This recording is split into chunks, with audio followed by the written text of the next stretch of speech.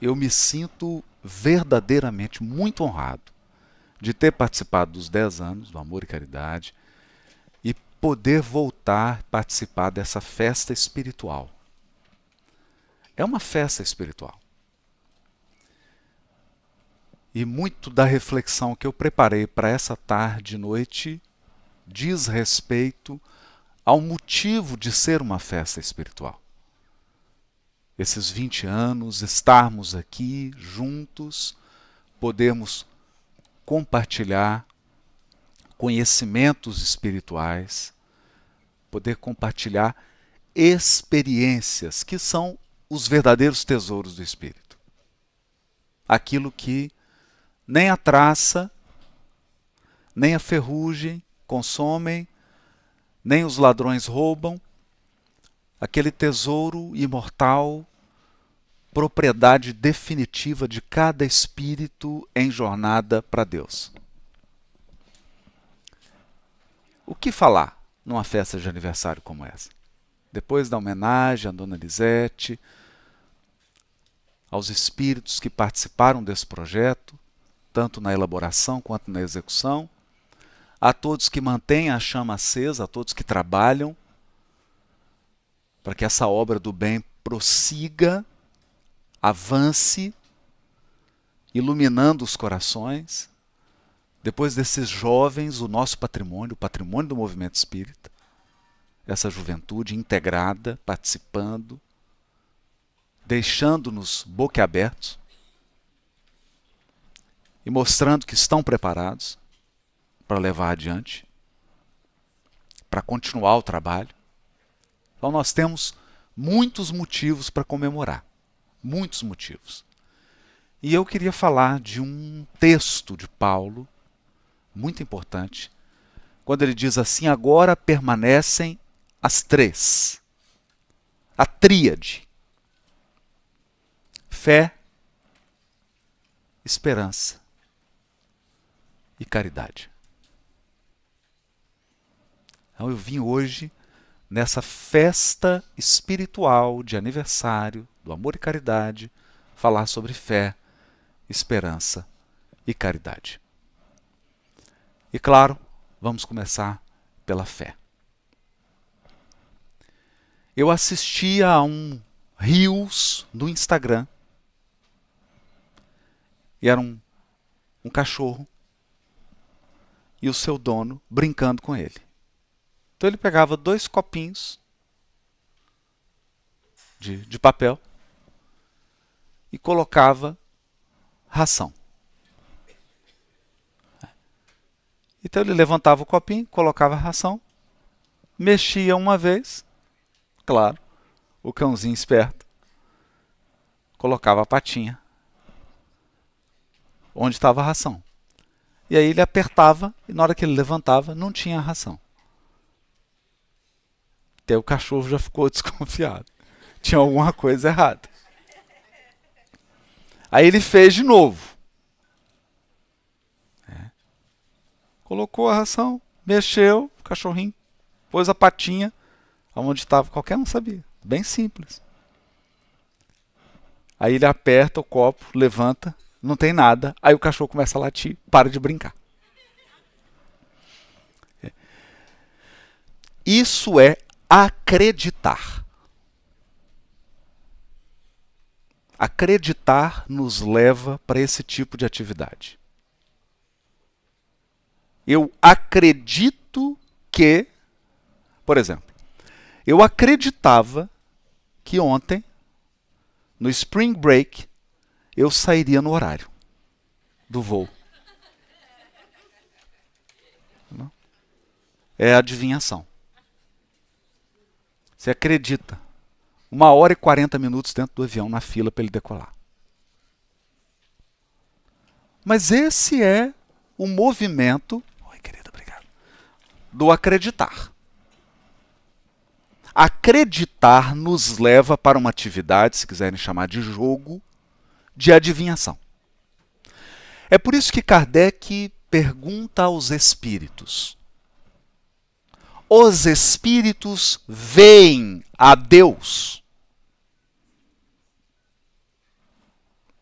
Resposta.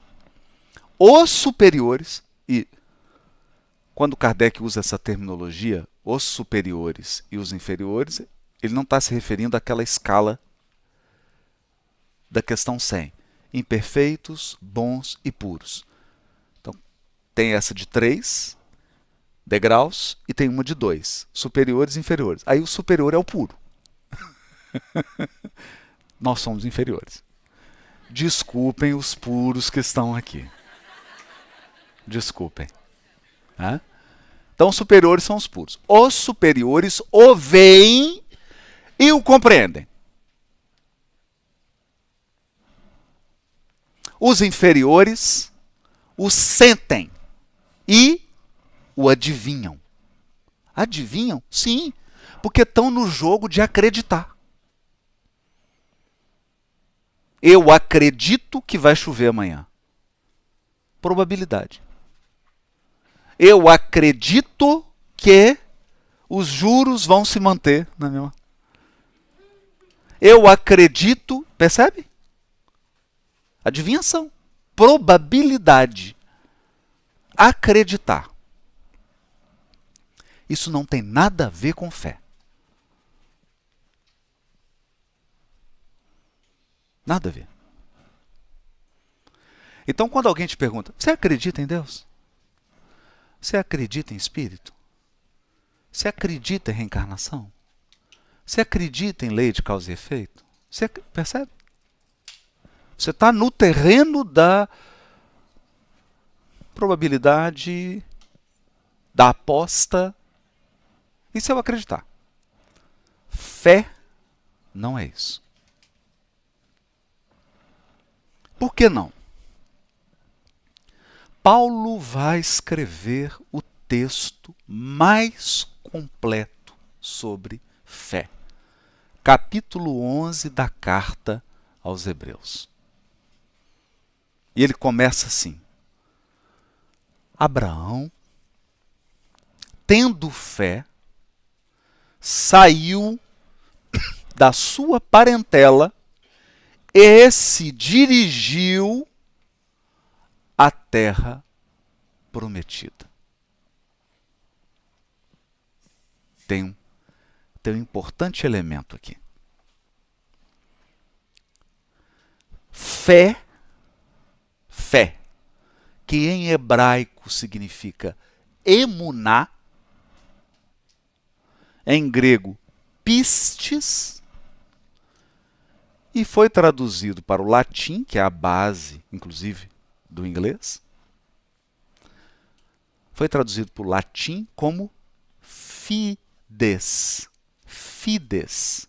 Fides. Daí vem fidelidade. Em inglês seria trust. Confiar. Confiança. Todo mundo aqui já passou por isso. Você vai pegar um financiamento, vai fazer o seu mortgage, eles olham para ver se você tem trust. Tem nada a ver com acreditar. Tem a ver com confiar. Então, se você é bastante confiável, os juros é menor. Se você não é muito confiável, os juros é maior. Então, confiança tem a ver com histórico. Acreditar, não. Acreditar, não. Então, eu acredito que o Lakers vai vencer. Eu acredito. Ele pode perder. Confiar, eu examino a história. Eu examino o seu histórico. Eu examino o seu comportamento ao longo do tempo. E com base nisso, eu confio ou não confio. Ou o seu trust é pequenininho, ou o seu trust é grande.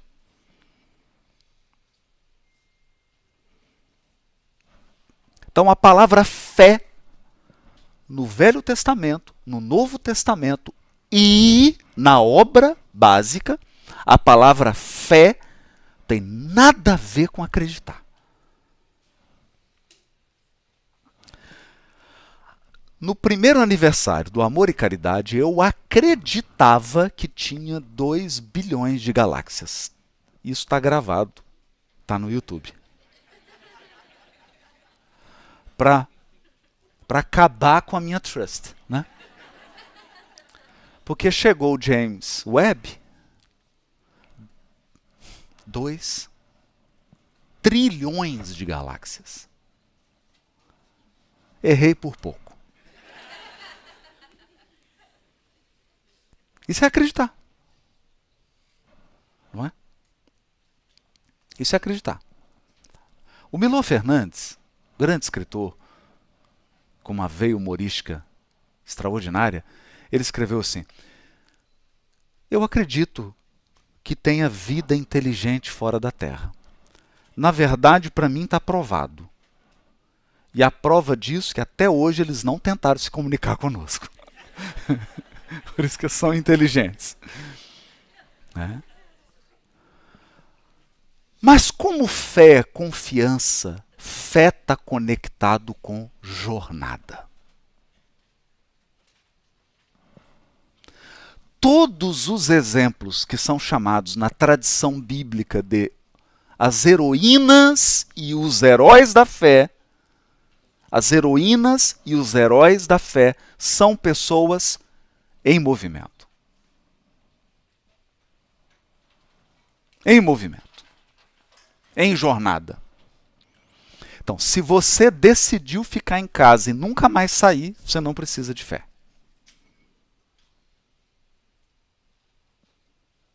Porque fé é para quem está se deslocando. Fé é para quem está subindo degraus. Fé é para quem está na jornada evolutiva. Para quem está em caminho. E confiança lembra muito partnership, né?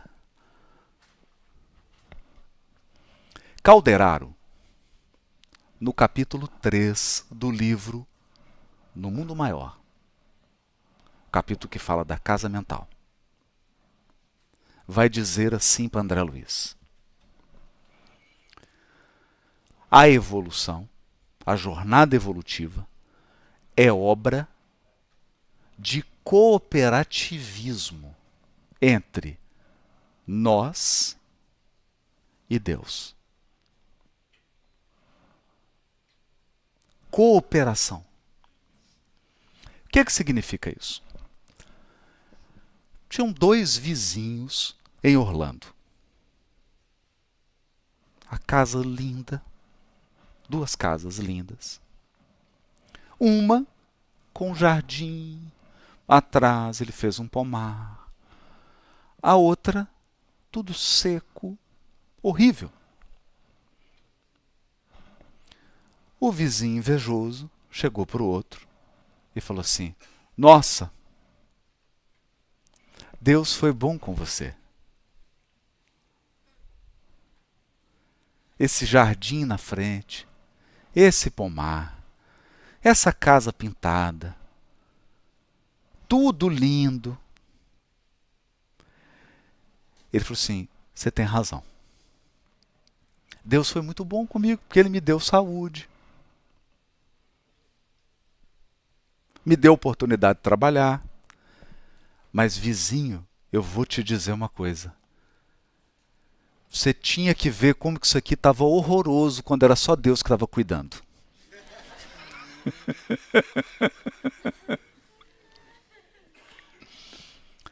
Qual que é a ironia dessa história? Deus não vai fazer a sua parte.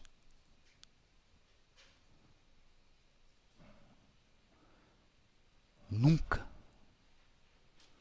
Deus nunca vai fazer a sua parte. E nunca vai permitir que você faça a dele.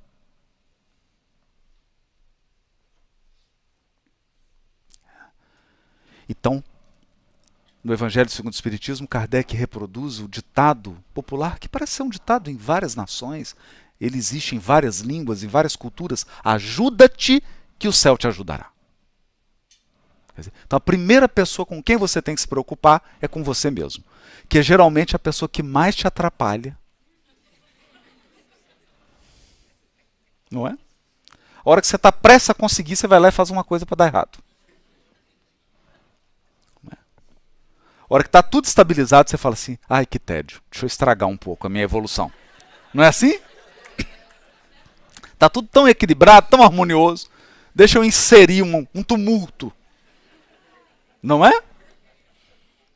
Então, obra de cooperativismo entre a inteligência divina, a inteligência suprema, o amor infinito e nós. Por isso, por ser a evolução uma obra de cooperativismo, eu tenho que confiar. E Deus espera poder confiar conosco, confiar em nós. Nós confiamos nele, mas ele confia em nós. Emmanuel diz assim: depositas tua fé na providência divina, mas Deus também confia em você. Ele confia que você vai desempenhar, que você vai realizar tudo aquilo que ele entregou nas tuas mãos. Há uma confiança depositada em você. Esse é um ponto importante. Por isso que fé não é acreditar. Tira essa palavra. Toda vez que você for falar de fé, esqueça o verbo acreditar. Acreditar é para os seus momentos de lazer. É para o spring break. Fé é coisa séria. E fé é uma jornada. A gente se esquece disso. Quando você está dentro de uma aeronave, é muito fácil você se esquecer que está a 800 km por hora.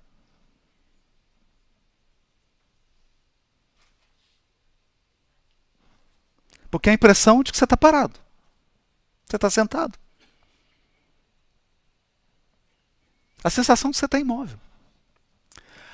A encarnação produz a mesma sensação em nós. Você olha para a sua vida agora e dá uma sensação que está parado. Mas veja, você está numa jornada. Do berço ao túmulo. Do túmulo começa outra. E assim, de jornada em jornada, nós vamos subindo os degraus da evolução espiritual. Nós estamos em jornada. Isso é difícil de entender. É difícil de entender. Nós estamos... Bom, lá vem coisa de mineiro, adoro esse tipo de exemplo, né? Sabe aquele troço que anda em cima dos trilhos? Né? Então, nós estamos dentro daquele troço.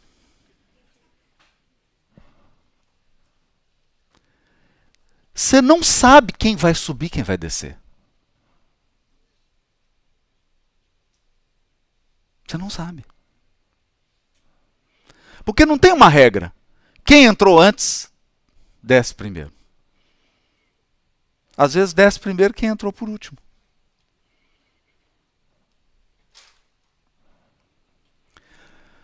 Você não sabe, graças a Deus, quanto tempo foi destinado para que determinado coração esteja do seu lado.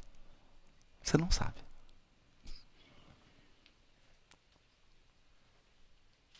Você não sabe. Alguns corações que você esperava que estivessem do seu lado por 20, 30 anos, ficam 2, 3, 10.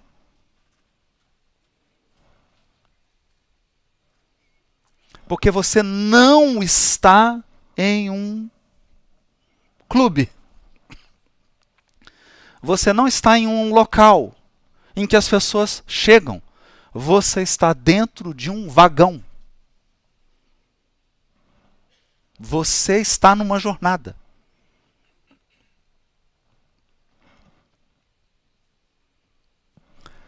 Da primeira comemoração dos 10 anos para hoje, quanta coisa aconteceu. Quantos se foram, quantos chegaram, quanto que mudou, quanto que a sua vida virou. Então, a encarnação é uma viagem.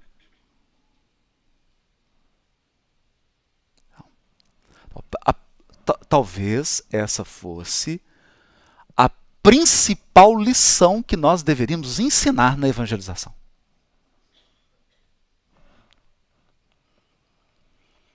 Outro dia, eu conversava com um adolescente, eu não posso falar porque os vídeos ficam gravados e chegam lá em casa. Então, eu conversava com um adolescente de Belo Horizonte.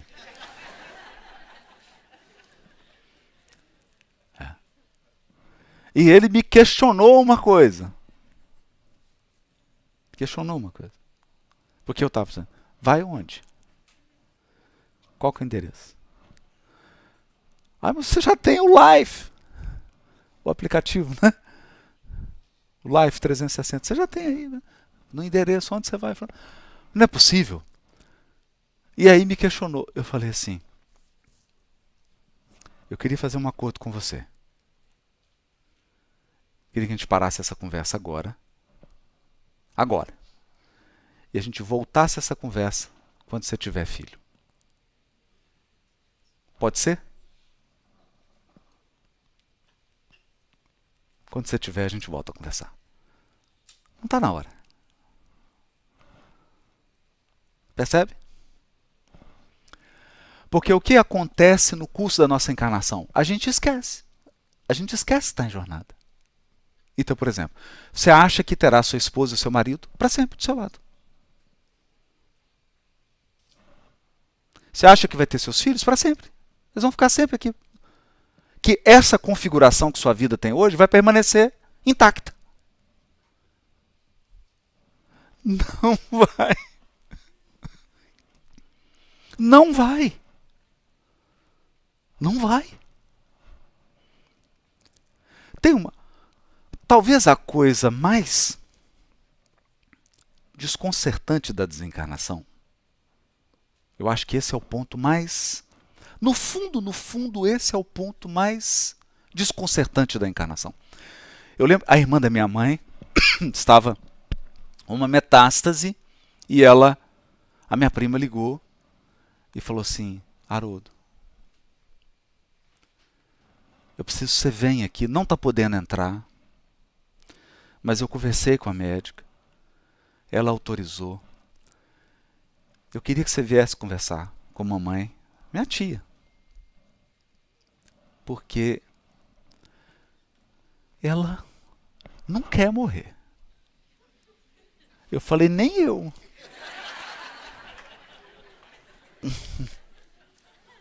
Okay. Ela não fecha os olhos, ela não está dormindo, está descansando, porque ela está com muito medo. Então ela fica tremendo com medo de ela fechar os olhos e morrer.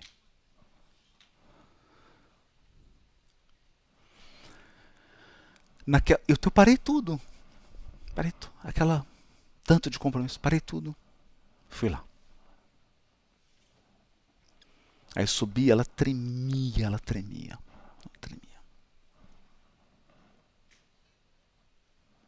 Peguei a cadeira, sentei do lado dela.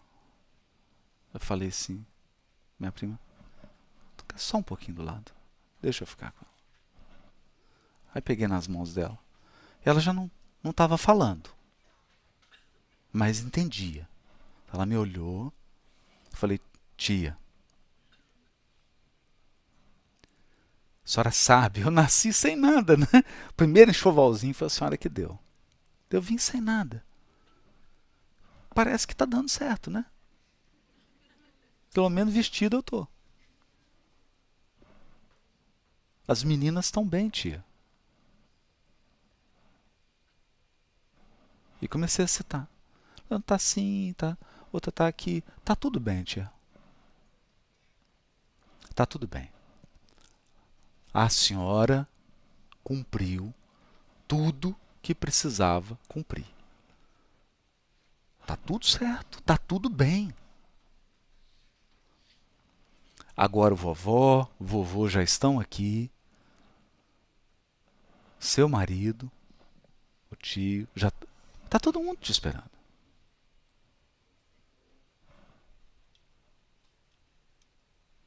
Não tenha medo. Não tenha medo, tia. Ela parou de tremer. Porque, veja, nesse momento, a vida tem uma sabedoria. Eu tive uma experiência que fiquei assim, entre lá e cá. Entre lá e cá. Então, se não for uma coisa que você está sentindo dor, e hoje com o avanço da medicina isso está muito minimizado, eu vou dizer para vocês, não é assim angustiante, como a gente pensa. É mais para quem fica. É mais para quem fica. Sabe o que é angustiante? É que você começa a pensar em quem está ficando. Nossa, e agora? E a tarefa do centro? E fulano? E fulano? E não sei, entendeu?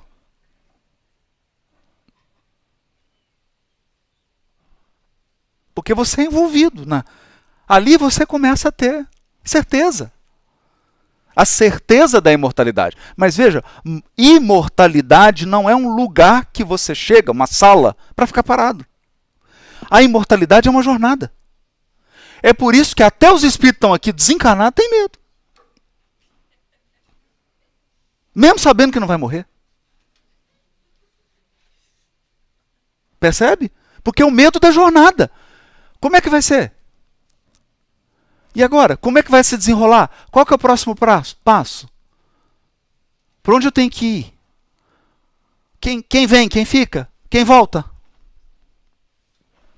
Lembram da Dona Laura? E nosso lar? Com medo de encarnar.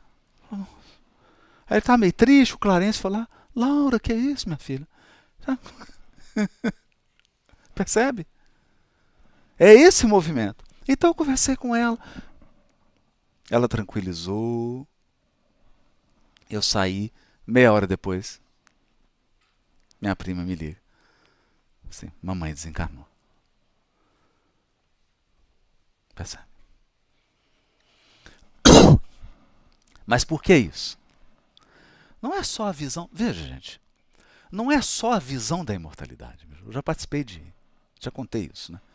4 reuniões de materialização, o espírito ficou materializado na minha frente, me tocando 15 minutos. Ele perguntou, voz direta, posso te operar? Eu falei, só pode fazer o que o senhor quiser comigo.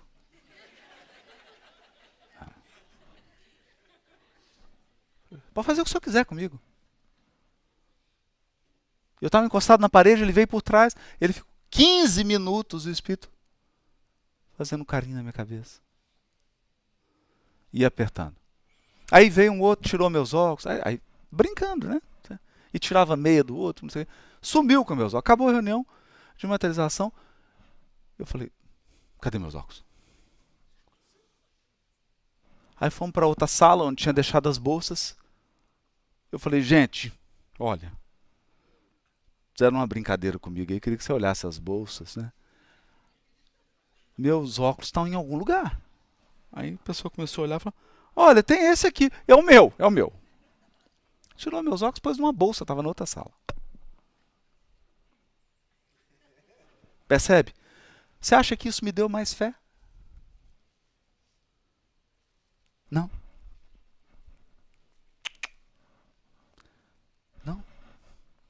Isso me deu certeza da imortalidade, mas isso não me deu mais fé, porque fé é relacionamento. Fé é uma confiança que surge da relação que você constrói com Deus. E como é que é a relação com Deus? Ele fala assim: tá tudo bem aí? Tá tudo bem, pai. Aqui eu estou na minha zona de conforto. Eu lutei para chegar nisso. Porque o pessoal fica falando para sair da zona de conforto. Gente, eu estou querendo entrar nela. Eu estou buscando essa zona de conforto, eu quero entrar nela. Aí ele chega e fala: sai. Não foi assim com você?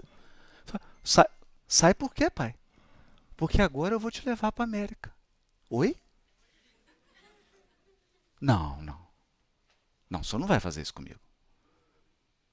E eu vou começar de qual ponto? Do zero. Do zero? Não. O senhor vai me tirar da minha zona de conforto para me levar para o início de tudo de novo? Vou. E o que eu faço? Confia. Confia. Mas o que eu tenho que fazer? Só a sua parte.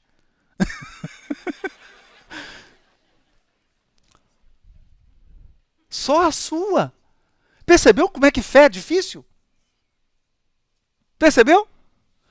Olha, todo mundo fala: se Jesus aparecesse para mim, bobagem.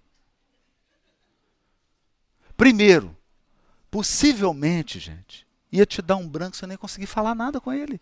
Ia começar a falar coisa idiota. Jesus diante de você, e você perguntando: meu Deus, qual escola que ela tem que ir? Aí Deus fala assim: rapaz, eu tenho 15 segundos com você, isso aí você vai me perguntar? Né? Então, o Paulo, quem é você? Eu sou Jesus que você persegue. Ele falou: nossa, deu ruim. Estou totalmente errado e ele que está certo. Senhor, o que queres que eu faça?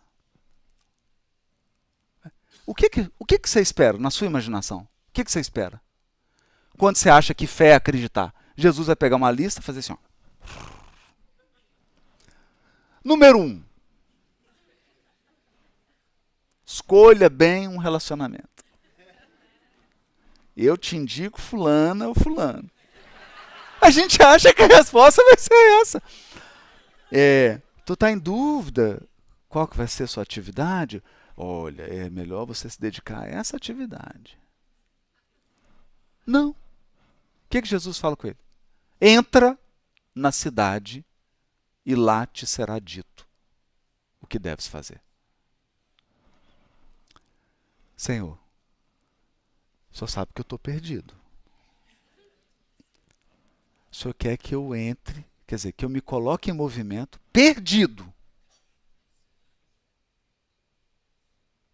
E mesmo desorientado, eu vou me mover, aí o Senhor vai me orientar depois que eu começar a andar, é isso? Porque eu estou acostumado assim, eu entro no carro e ponho o endereço no GPS. E antes de andar, o GPS me diz: vira aqui, não é assim? Não. Fé. Você liga o carro e sai.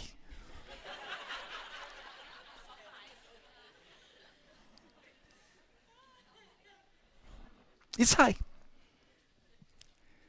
E aí o GPS pergunta: endereço? Você fala: não tenho. Eu tenho uma ideia da região. É mais ou menos para aquele lado. Só que o GPS é a inteligência suprema. Então, na hora que você acha que está tudo certo, que aparece assim um azulzinho, tudo o caminho, de repente, do nada, recalculando. Você fala: não. Eu estou tão bem, velocidade de cruzeiro, já coloquei até no piloto automático, estou na pista, nem desviando eu estou retinho. Só vai desviar o curso. Perceberam? Isso é encarnação. Então, quem criou expectativa de estabilidade, avião, tripulação, 10 mil pés. Aí fala, ai, que beleza. Vai. Aí você vê o piloto saindo, andando. Você fala, gente, esse é o piloto? Hã? Ele vai, pega um snacks, vai ao banheiro, né?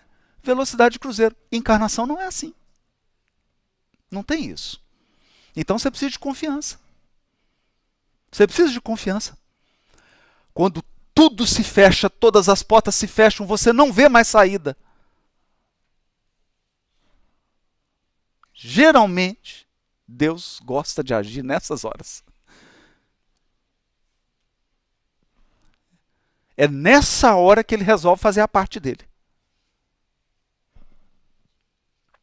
Faltando 1 minuto para terminar o jogo.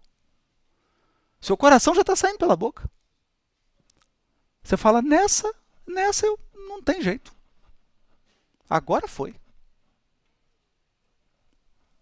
Aí muda tudo. Aí surge alguém. Aí surge alguém. Porque é o seguinte, se tudo der certo como você planejou, o pior aconteceu.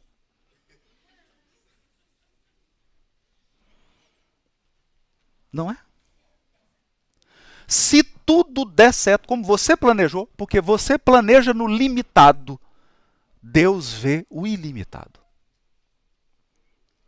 As oportunidades, as pessoas, as circunstâncias, os acontecimentos que serão definitivos na sua vida, você não está enxergando agora. Está fora do seu horizonte.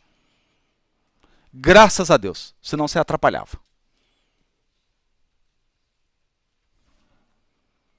Está fora do teu alcance.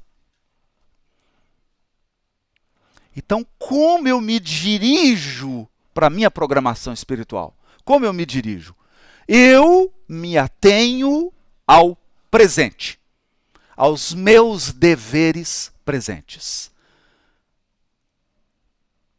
Do you better. Só isso. Faça o seu melhor. Faça o seu melhor. Faça o seu melhor. Você não foi chamado para enxergar. Você foi chamado para caminhar. Percebe? Até porque tem coisas, se você tivesse enxergado antes, você não ia cumprir a reencarnação. Não é? Se tivessem te avisado tudo, você não ia fazer. Você não ia fazer. Você não ia. Sabe por quê? Porque o nosso foco é o trabalho e o sacrifício. O nosso foco não é o resultado. Espíritos frágeis focam nos obstáculos. Espíritos fortes focam no resultado. Então, se Deus te mostrar tudo passo a passo, você olha assim e fala, vou não.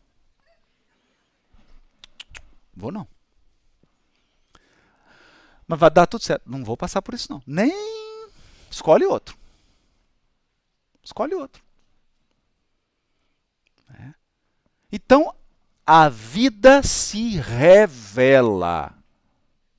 A vida se revela.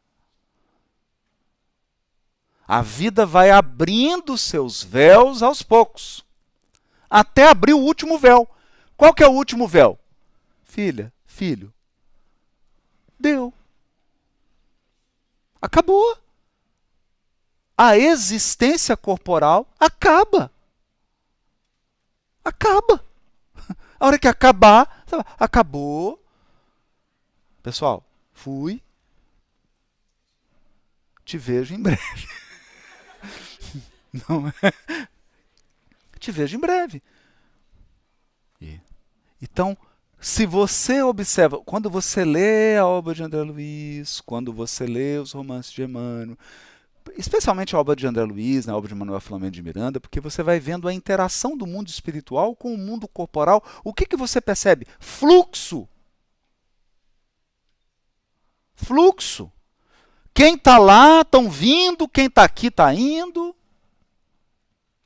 É fluxo.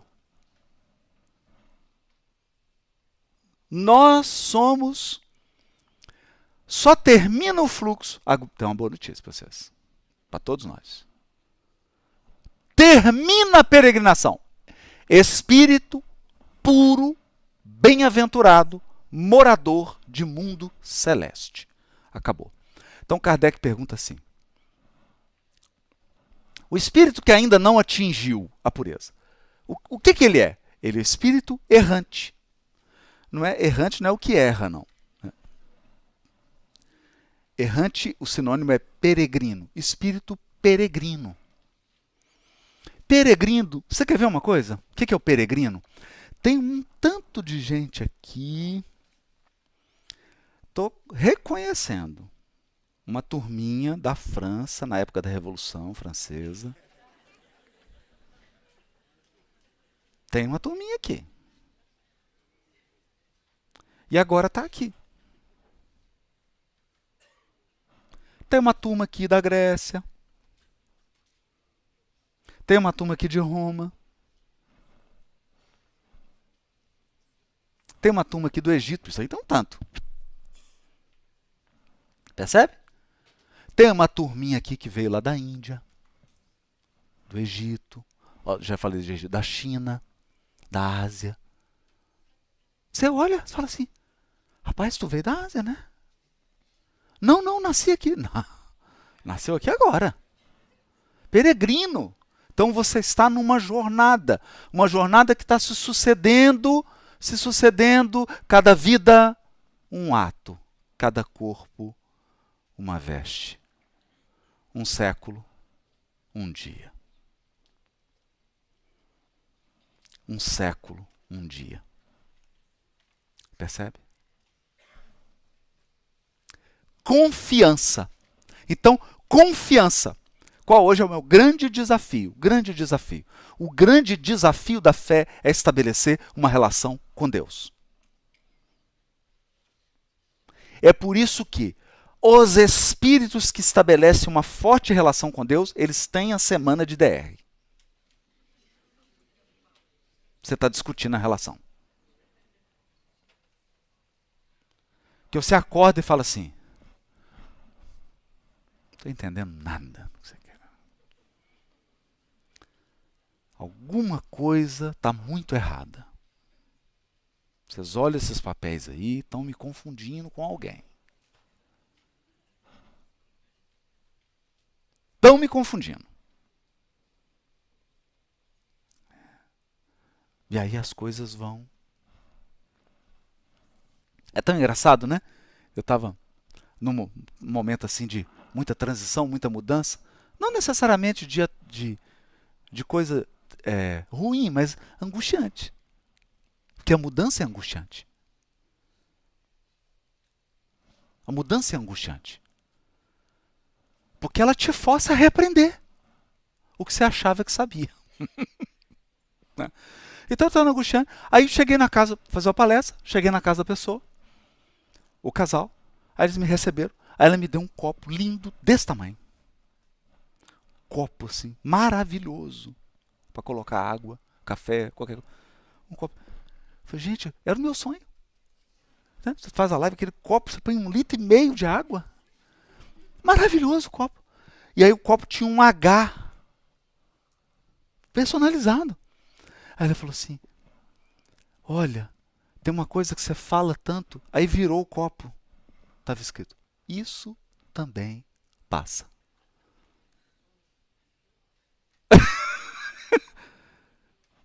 Eu olhei e falei assim: tá bom, entendi. Entendi. Uma vez eu fiquei 1 semana sem conversar com Deus. Aí chegou estava no 7º dia. Eu falei: eu acho que eu vou fazer as pazes. Vai ser melhor para mim. É. E aí estava dirigindo, indo para o trabalho. E falei assim, eu não vou te perguntar nada, não vou questionar nada. Emmanuel diz que você fala através das pessoas, através das circunstâncias, que você fala... Porque Deus não, gente, Deus não tem boca, né? Nem dente, né? Tô ouvindo Deus, depois a gente conversa. Meu mestrado foi em transtorno mental, ansiedade, o doutorado agora é em depressão, a gente conversa depois. Então, Deus fala, diz Emmanuel, através das pessoas e das circunstâncias da sua vida. Então eu falei assim, fala agora. Fala. Você não fala? Daqui meia hora eu chego no trabalho. Fala. Veio um caminhão, acelerou assim, entrou na minha frente, falei, nossa, meu Deus, deu uma freada. Falei. O caminhão entrou, estava escrito assim na traseira do caminhão inteiro, assim, Jesus te ama.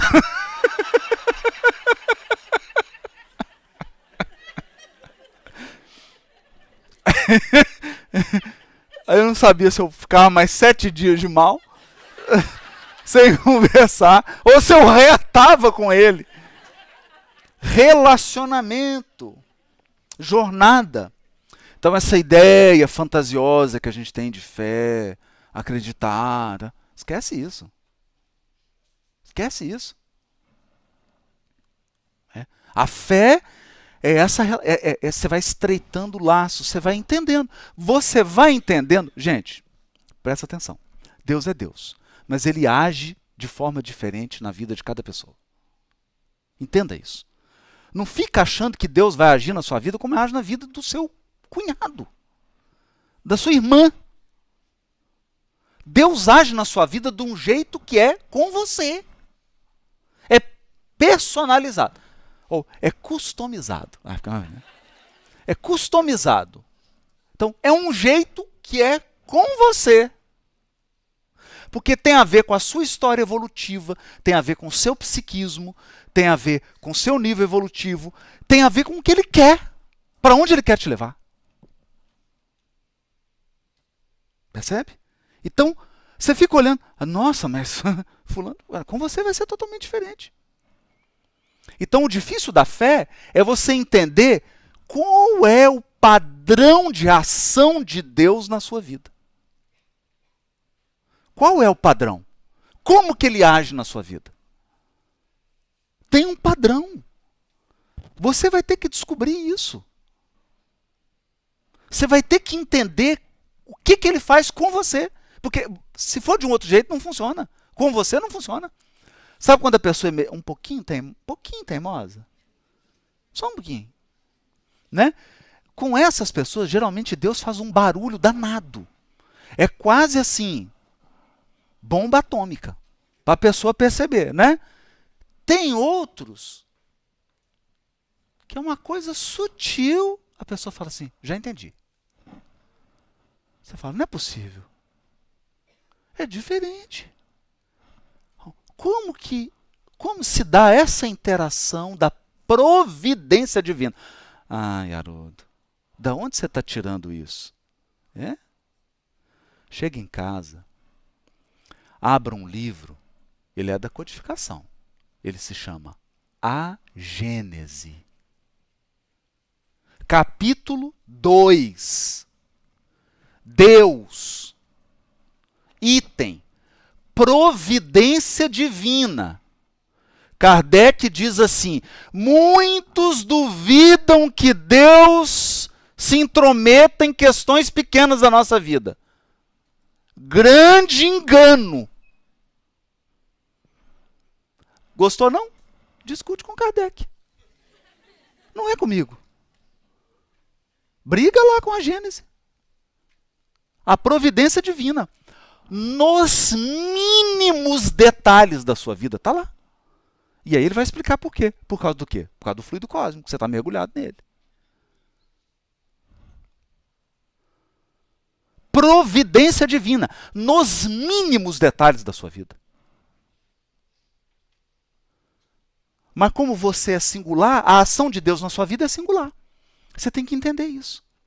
Porque você vai construir uma relação com Deus que é sua, não é do outro. Não é igual a de ninguém, é sua. Tem a ver com sua história, tem a ver com seu destino. Falamos da fé. E a esperança? E a esperança? E esperança é o quê? Frank Sinatra. Cycles. Life is like the seasons. After winter comes the spring. O que significa isso? Regularidade do universo. Regularidade do universo. Regularidade. As meninas me contaram aqui, Claudinha e Renata. O pessoal chegou e falou assim, ora, nesse vídeo aqui, você estava pintando o cabelo? Mas por quê? O seu cabelo está preto. Ué, mas esse vídeo tem 10 anos. Esse vídeo tem 10 anos. Agora eu estou fazendo uns fios brancos para parecer mais velho. Né? Regularidade. Regularidade. As leis do universo são regulares. Regularidade. Primavera, verão, outono, inverno. Primavera, verão, outono, inverno. Percebe? 52 semanas. Começa a Terra, o novo giro em torno do Sol. É a Terra que gira, gente, e ela é redonda. Deixar isso claro. Sempre começar a falar o óbvio, né? Então, regularidade. A regularidade do cosmos nos dá a seguinte segurança. Vai acabar o inverno em Orlando. Eu não estou adivinhando. Eu estou esperando.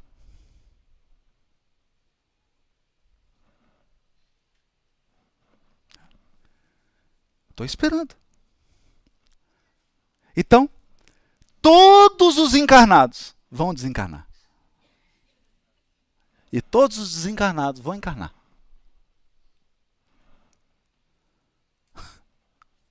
Percebe? Regularidade. Então, esperança não é uma fantasia. Se quando eu digo esperança, você está pensando em Alice no País das Maravilhas, você não compreendeu esperança. A Alice está perdida, gente. A Alice estragou o GPS dela. É tanto que ela chega para aquele gato maluco, né? E fala para o gato assim, como eu saio daqui? Olha a inteligência do Lewis Carroll. Como eu saio daqui? Ele fala, você quer ir para onde?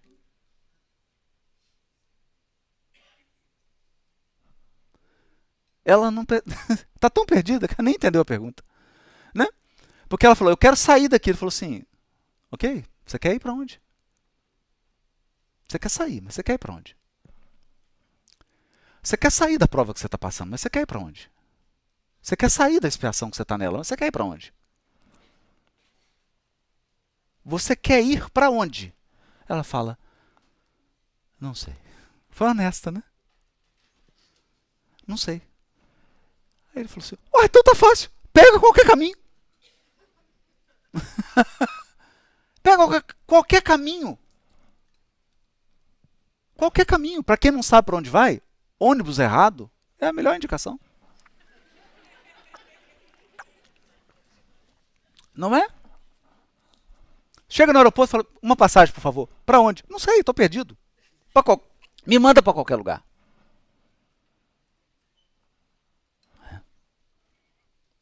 Então, esperança é um processo de lidar.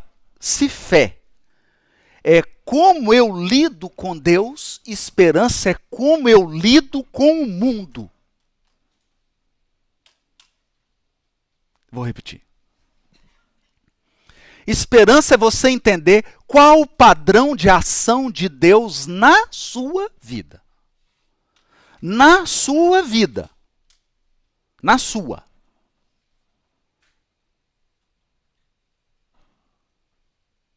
Por quê?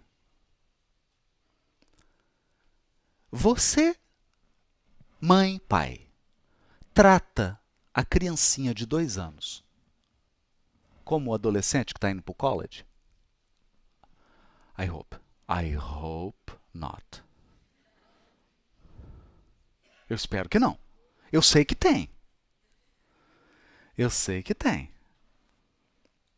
Tem muita gente indo para o college, vai com merendeirazinha, lanchinho. A adolescência agora está acabando com 35, não é? Antes com 18, já saía de casa, agora com 35, 36. Não. Mas você não trata igual. Então, Deus se relaciona com você de acordo com seu grau de evolução e de entendimento. De acordo com a sua história evolutiva. Você está vindo de onde? Porque você está vindo das maiores encrencas do mundo.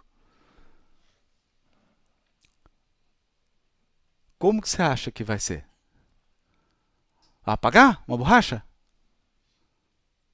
Então, fé é um padrão da sua relação com Deus. Esperança é um padrão da sua relação com o cosmos. Então, entenda. Chegou o inverno.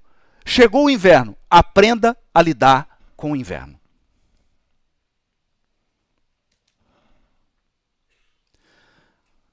Become better, become stronger.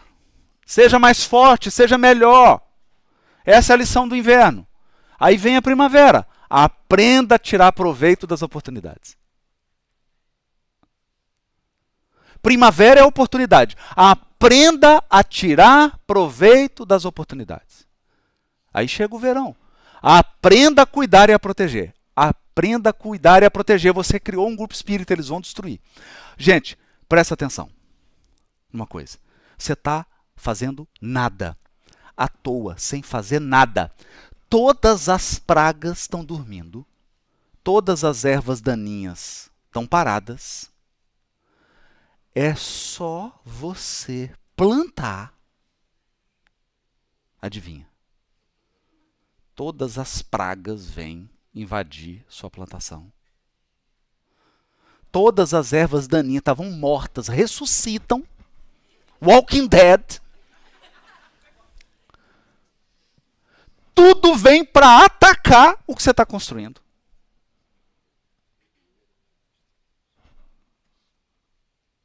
Percebe? Então, não lida com ataque, não lida com crítica, não lida com invasão, não lida com agressão, que não está fazendo nada.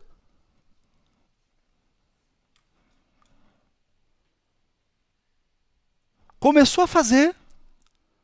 Então, aprenda a cuidar e a proteger. Aprenda a cuidar e a proteger. Eu era juiz de família. Aí chegava o casamento com metástase. Casamento com metástase, assim, morreu. É cuidado paliativo. Não tem mais nada a ser feito. Porque o câncer já foi para o cérebro, já foi para o coração, já foi para o pulmão. A relação já não respira, não pensa, não sente. Aí não tem jeito. Aí o que você faz? Cuidado paliativo. Prepara o velório. Perceberam? Agora, quando a relação chega, tá com um Covid, uma tuberculosezinha, né? Um câncerzinho, você cuida. Dá para salvar. Então, aprenda a cuidar e a proteger. Aí vem o outono, aprenda a colher. Aprenda a colher sem reclamar. Eu não aprendi isso ainda. Eu colho, mas reclamo. Eu colho, mas reclamo. Todo espírito, quando está usando o livre-arbítrio, geralmente ele está dando gargalhada. A gente só chora na hora da colheita. Aí você fala assim, tira esse livre-arbítrio de mim, porque eu não sei usar esse troço. Não é assim? A hora que você está na expiação, você fala, tira esse negócio de mim. Tira esse livre-arbítrio, eu não sei usar isso. Tira isso de mim. Então tem que aprender a colher sem reclamar. Porque quem planta, colhe. Quem planta, colhe. A pessoa planta rindo, colhe chorando. Geralmente é assim. Você nunca vai ver alguém plantando coisa ruim e chorando. Ele está rindo. Ele está plantando vento, tempestade, relâmpago. Está rindo. Gente, é incrível isso. É incrível. É incrível. Eu trabalhava uma época atendendo o usuário de crack. A pessoa quando começa... Gente, é uma alegria. É a alegria total. Eles estão 100 vezes mais felizes do que a gente aqui. Até colher. Até colher. A colheita é dolorosa. Veja? Então, colher sem reclamar. Ciclos. Regularidade. Então, esperança não é um ato de emoção, de pieguismo. Emoção é uma mobilização da sua sabedoria. Eu tenho esperança porque eu sei da regularidade do universo. Eu sei. Eu sei. Então você começa a observar a temperatura agora, já está subindo. Aqui tanto de pólen.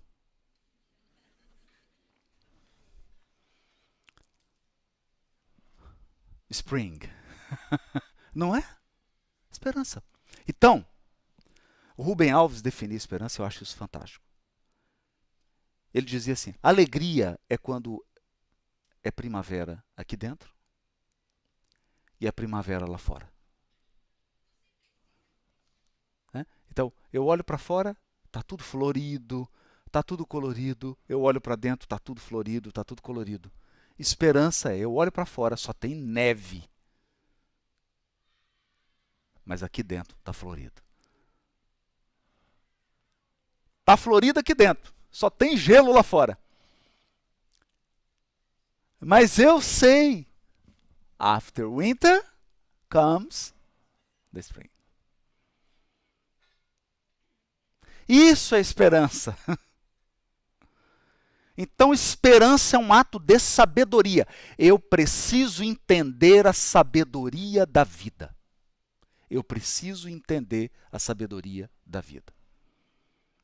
Da mesma maneira, a sua encarnação é primavera, verão, outono, inverno. O inverno da experiência, o inverno da renovação, o inverno em que você orienta, o inverno em que você está explodindo por dentro porque virá uma nova primavera. Percebe? Isso é esperança. E o último. Caridade. Que nós já comentamos ontem. Vem de Haris, de Dom. Caridade é colocar os seus dons a serviço de. A serviço de. É simples. O mundo espiritual funciona simples, simples, simples, simples. Você está no último ano da high school, vai aplicar para o college. 200 horas de trabalho voluntário. Percebeu? Evolução espiritual. Você fala assim, eu quero aplicar para... Você quer aplicar para quê, minha filha? Você quer aplicar para quê? Porque você está achando que Deus vai escolher para você? Nunca. Nunca. Livre-arbítrio é a coisa mais séria da lei divina. Ninguém viola o livre-arbítrio do outro sem gravíssimas consequências.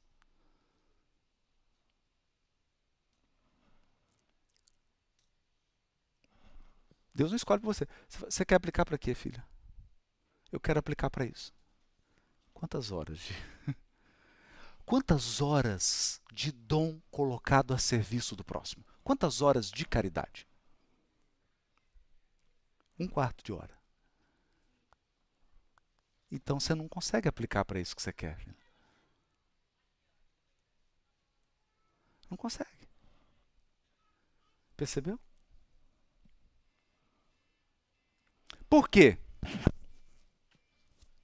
Porque é o seguinte. Olha. Por isso, tá vendo? Porque acaba o tempo. Acaba o tempo. Acaba o tempo. Acaba o tempo. Como acabou o nosso. E aí você tem que contar com a renovação das oportunidades. Mas veja, toda vez que você fracassa e tem que renovar oportunidades, você chega com mais limitações. Não é isso que a gente quer. Não é isso que a gente quer. O Evangelho é o Evangelho da libertação. Eu vim para que tenham vida e a tenham em abundância. O que Jesus está dizendo, gente? O pessoal interpreta isso errado, achando que abundância é abundância de bens materiais. Não, não só isso. Abundância de possibilidades. Quem evoluiu mais pode mais.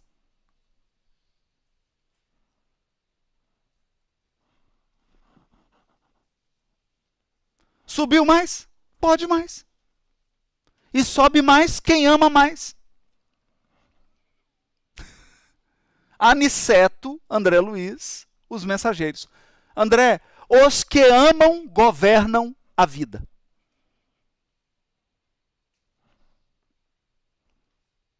Não tem esse negócio de super terça. Não tem esse negócio lá. Democrata, republicano, não tem isso lá. Sabe quem governa nas esferas superiores? Quem mais ama. Os que amam mais têm mais poder. É o contrário da Terra. É o contrário. Palavras do Aniceto. Então, quem intensifica o amor no próprio espírito através da caridade, quem intensifica o dom de amar, desenvolve um extraordinário poder espiritual. Tá com dúvida? É só você ler a passagem da Cipriana no mundo maior. Lembra? Calderaro chega e fala assim, não, André, esquece. Nós fizemos a pavimentação. Agora você vai ver o trabalho de verdade. Aí vem um espírito feminino que se apresenta como uma mãe. A hora que ela chega, os obsessores, que eram um obsidiando o outro, né? Eles falam assim, Nossa Senhora? Ela falou, não, eu sou apenas tua irmã. Eu não sou a Maria ainda, imagina se fosse a Maria. Era luz. A hora que ela começa a orar, é luz, tudo quanto é cor. A primeira coisa que ela faz é pegar o obsessor no colo. E puxa a orelha dele. O que é que você está fazendo? Você acha que o que aconteceu te dá direito de fazer? Gente, é igual mãe assim, dando bronca. Leia. No mundo maior. Então, quem ama, governa. Por quê? Quem ama acumula possibilidades. Quem ama intensifica possibilidades. O seu poder de ação se amplia.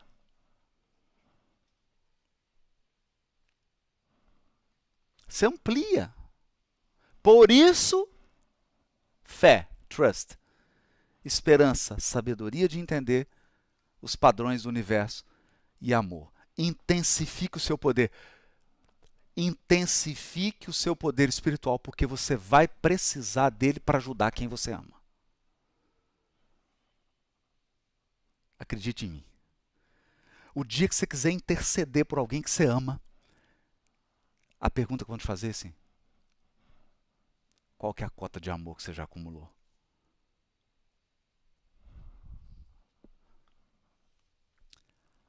Estou inventando isso? Não. Conversa do Clarence com a senhora que foi fazer a entrevista. Era André Luiz e Clarence. André Luiz, Clarence e essa senhorinha. Ela já tinha passado por mais de 10 setores no nosso lar. Eu brigava com todo mundo. Todo mundo era ruim. Aí foi conversar com o Clarence falou assim: minha irmã, vai repousar.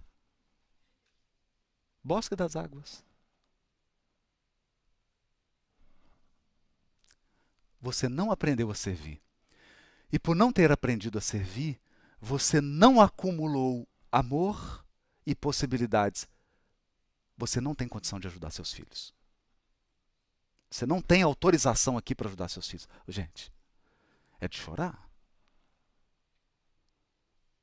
É de chorar. Você não poder fazer nada por um filho.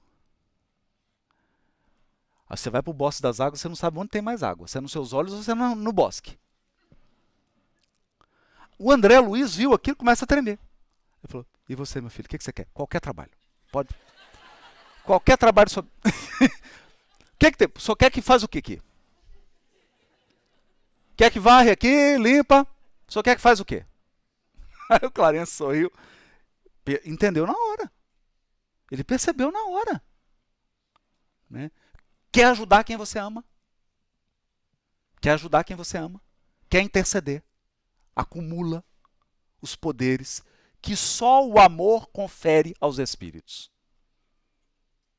Gente, não é inteligência.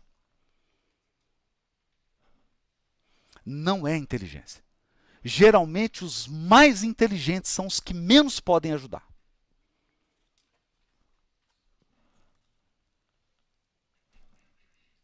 Acumula o amor, que é a caridade. Então, eu termino aqui convidando todos, todas, para celebrarem 20 anos de amor e caridade. Muito obrigado.